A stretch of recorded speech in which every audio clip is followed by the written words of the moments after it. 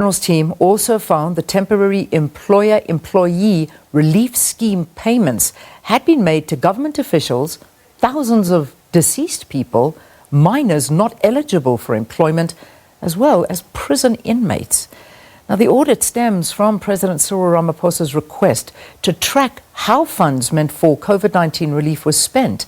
It focused on the 147.4 billion rand intended to support businesses and employees, social relief of distress grants, and the procurement of personal protective equipment, or PPEs.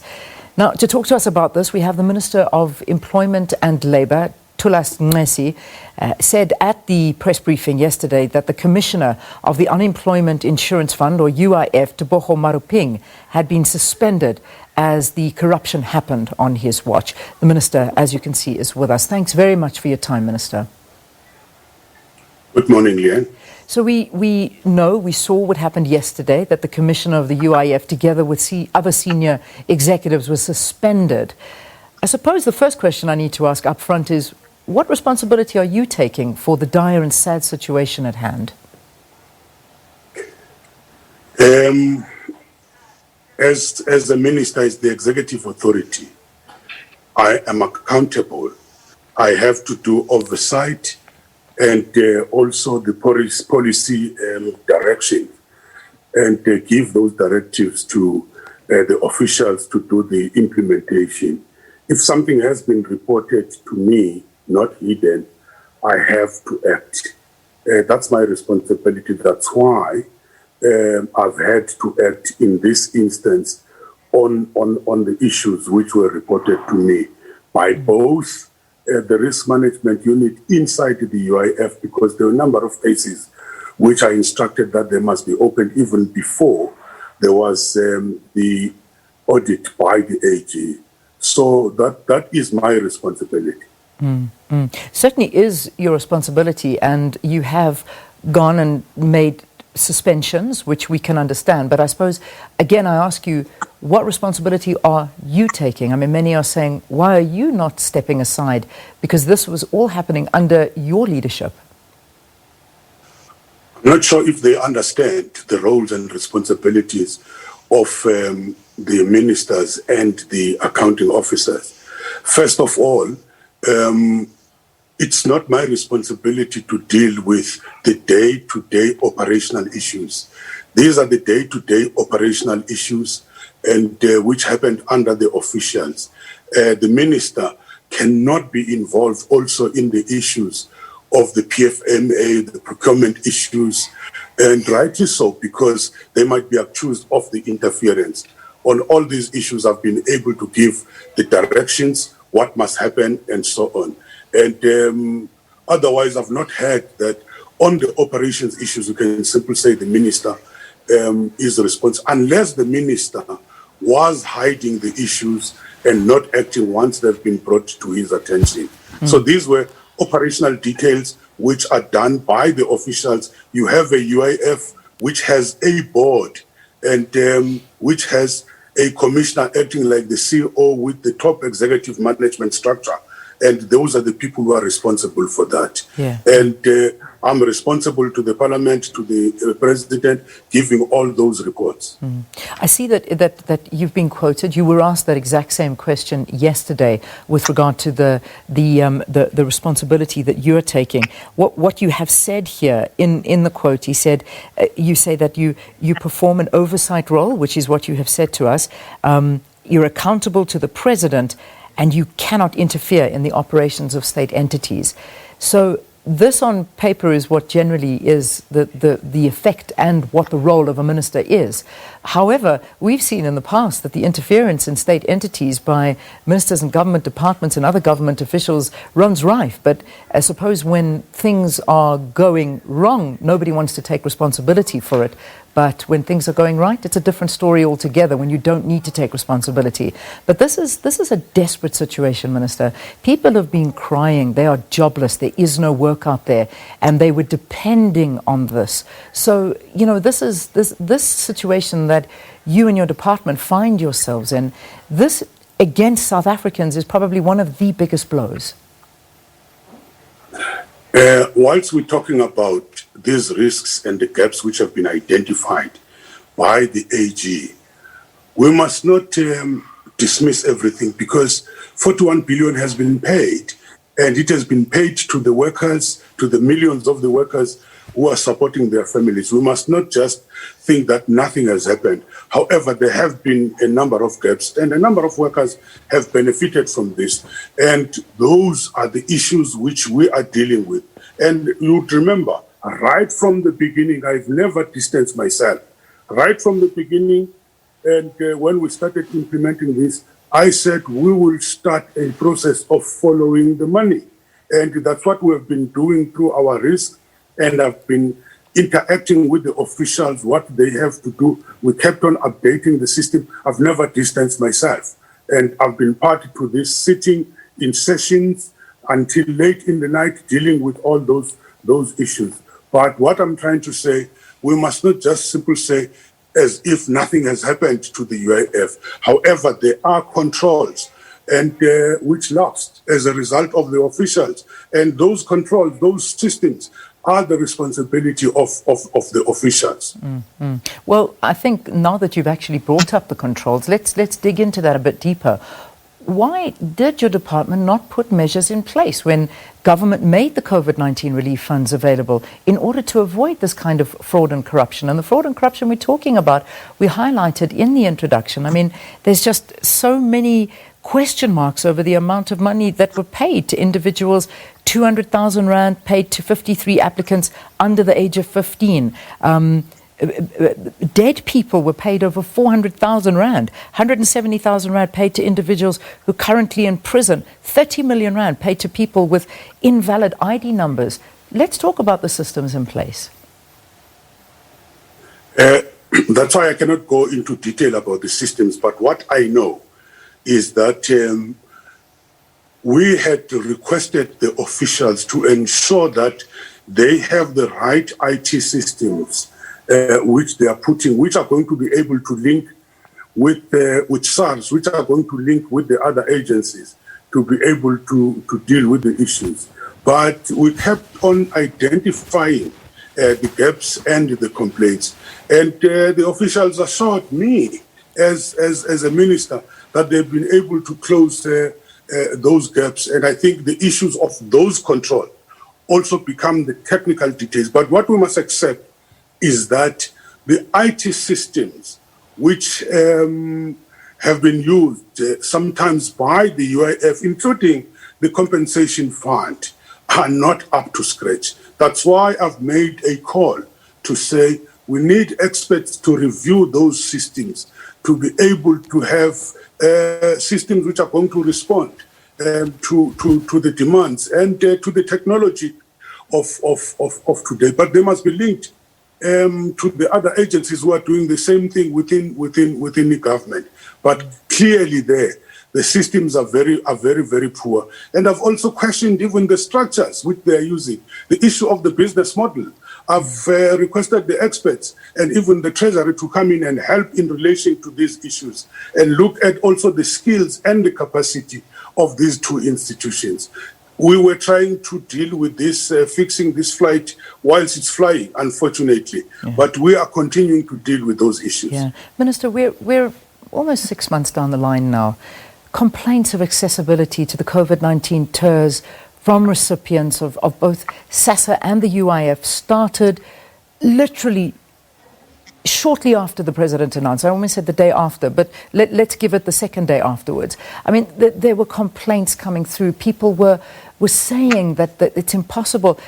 I will read some tweets to you now that I'm receiving where people are still saying they have not received a cent since this was announced. Let's just go back to the beginning. Were these complaints not red flags to your department that something is amiss, that you needed to sort something out? This is 6 months down the line, Minister, and there are still people that have not been paid a cent that are eligible for this fund. Let's just be factual, Leanne. The president declares that, and then the following day there are complaints. That's not factual. You had to take a particular time. Complaints started coming when people were supposed to have been paid at the end of April. Now, what I need to indicate here is that if people were applying and their documentation was proper in the system, they had to be paid. And the officials told me that it takes 2 days to do those payments. But there are others whose documentation had to be verified. And there was that towing and froing. Some of them, even today, you find that their documents had to be validated, but they are not correct. But still, millions of workers were paid. At some stage last month, there were about 700,000 people who were not paid, out of more than 10 million who have already been paid. And that number has gone down now. It's less than 500,000 because verification continues on a daily basis. But the issue is, it doesn't mean that those who are applying are supplying all the necessary information. You have to verify the IDs, you have to verify their employment. You can't just simply pay. You have to verify a number of the foreign workers who sometimes there is no documentation. You can't be able to find their details in SARS. You can't simply pay when it comes to those people. So there's a lot which has to be done. We know there's a lot that needs to be done. Minister, we're not downplaying what has been done. We are highlighting what has not been done. And this is, I think, what even the Auditor-General speaks to. We're not here questioning you for the work that has been completed. That is your job. It must be completed. It is the work we're questioning that has not been done. Minister, I'm going to read just a few because we get these on a daily basis. And you may say it may not have happened the day after, but it certainly happened soon after that, and it's still happening today. Here's one coming from George saying, Gregory, I beg your pardon, Minister accepts no responsibility. Why were there no checks and balances put in place prior? People are paid like tax justice, yet they are paid by taxpayers to do a job. This is nonsense. Here's another one from Storm. Please find out about the normal UIF for people that have been retrenched. I was retrenched in March. I still have not been paid any UIF. It has been 5 months already. No one answers. And if you call the support numbers, nobody even bothers to answer the phone. Here's another one. Temahlubi, can the minister tell us the way forward for us that have not seen a cent of UIF in the department? They never answer calls. They never reply to emails.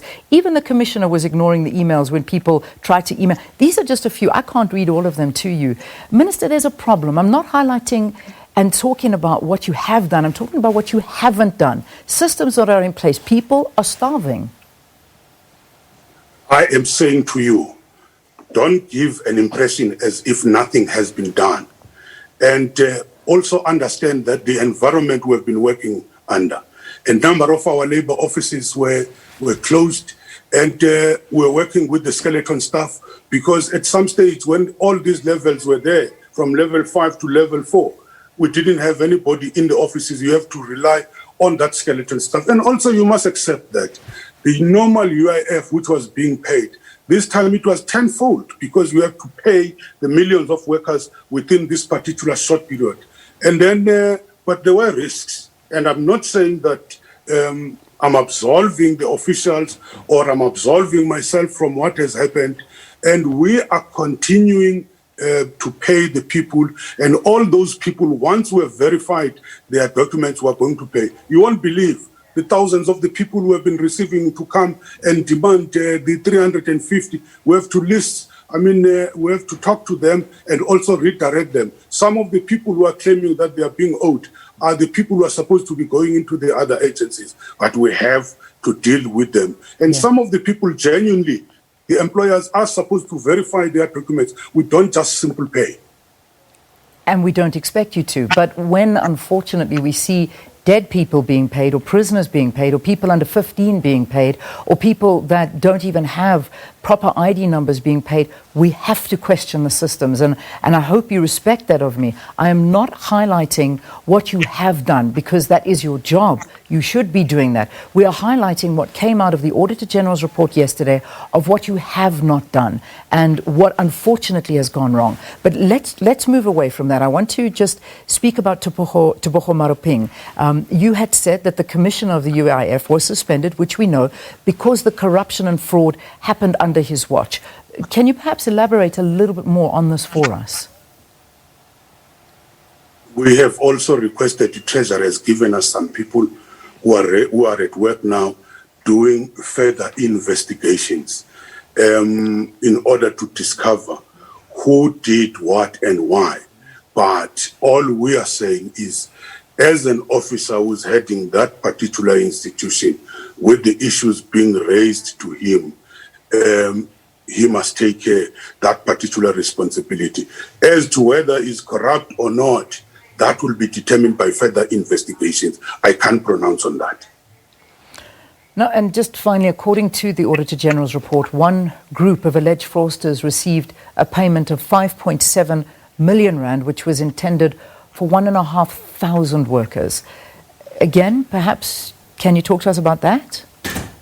Those people, the first case which we talked about, people went into court, and some of them are out on bail.